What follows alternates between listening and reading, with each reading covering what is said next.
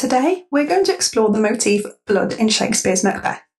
We'll explore its historical context, its significance in the play, and how it helps to develop the characters and themes. Let's start with the background. Macbeth was written during the Jacobean era, a time when beliefs in the supernatural and the divine right of kings were prevalent. In this context, blood symbolised life, death, guilt, and family lineage. Furthermore, the spilling of a king's blood was seen as a sin to God. Shakespeare used the motif of blood to reflect the psychological and moral consequences of actions, particularly regicide. This visceral imagery would have engaged the audience, emphasising the horror of Macbeth's deeds. So firstly, let's examine Macbeth's relationship with blood. In Act 2, Scene 2, he says, "Will all great Neptune's ocean wash this blood clean from my hand? No, this my hand will rather the multitudinous seas in Incarnadine, making the green one red." This is immediately after the murder of Duncan, and Macbeth is visibly panicked and frantic. He is concerned that the stain of blood and therefore guilt will stain him forever, and he needs divine cleansing for it to be removed.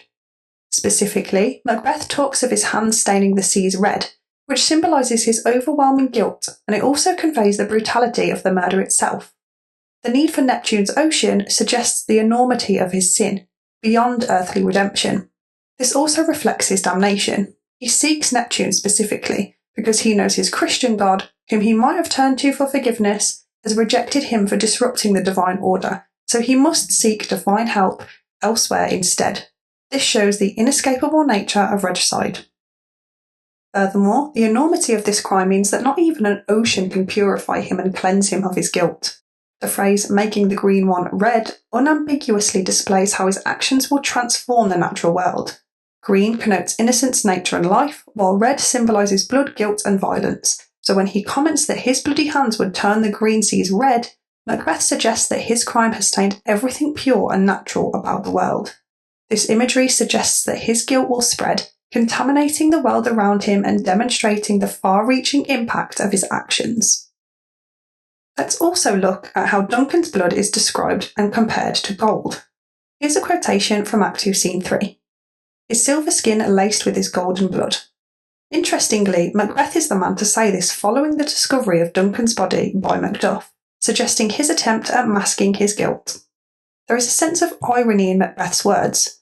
While he attempts to express horror and sadness, he inadvertently or accidentally exposes the heinousness of his own crime.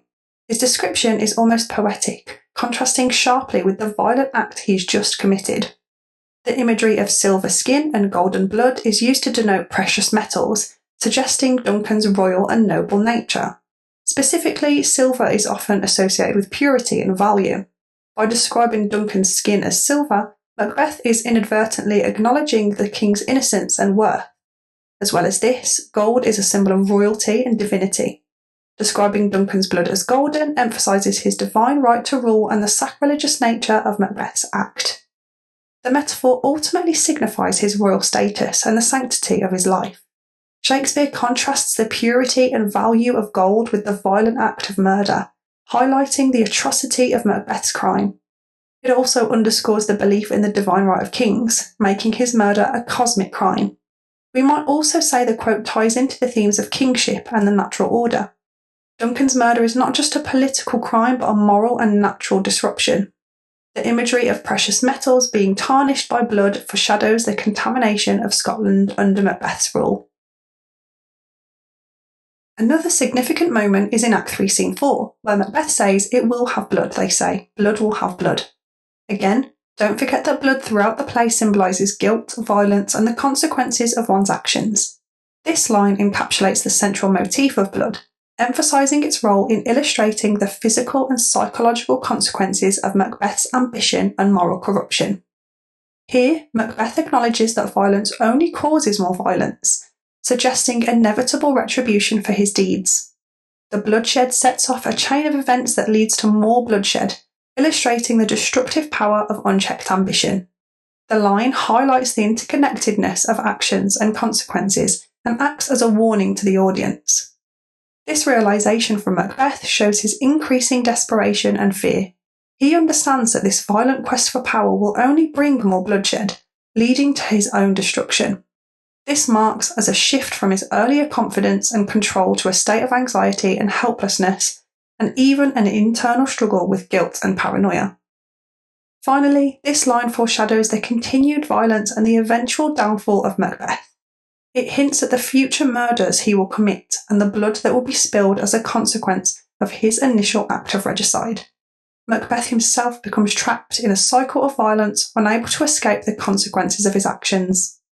So you can see as we look at numerous quotations now that there is a repeated association of blood with guilt and consequence. Moving on to Lady Macbeth in Act 5 Scene 1, she exclaims, "Out damn spot, out I say." And once again we see blood connected with the consequences of unchecked ambition. The damn spot refers to the imaginary blood stain that Lady Macbeth cannot wash from her hands. This blood symbolises the guilt she feels for her role in the murders. Despite her earlier dismissal of blood, when she said, "A little water cleanses of this deed," she now realises that the psychological stain of guilt is indelible, and this just means it can't be removed. Then of course you have the repetition of out. Her repeated attempts to wash away the spot of blood on her hands shows her desperation and the futility of escaping her conscience. The blood represents her inescapable guilt and the moral consequences of her actions. Clearly, Lady Macbeth's hallucination of bloodstains are a manifestation of her mental torment.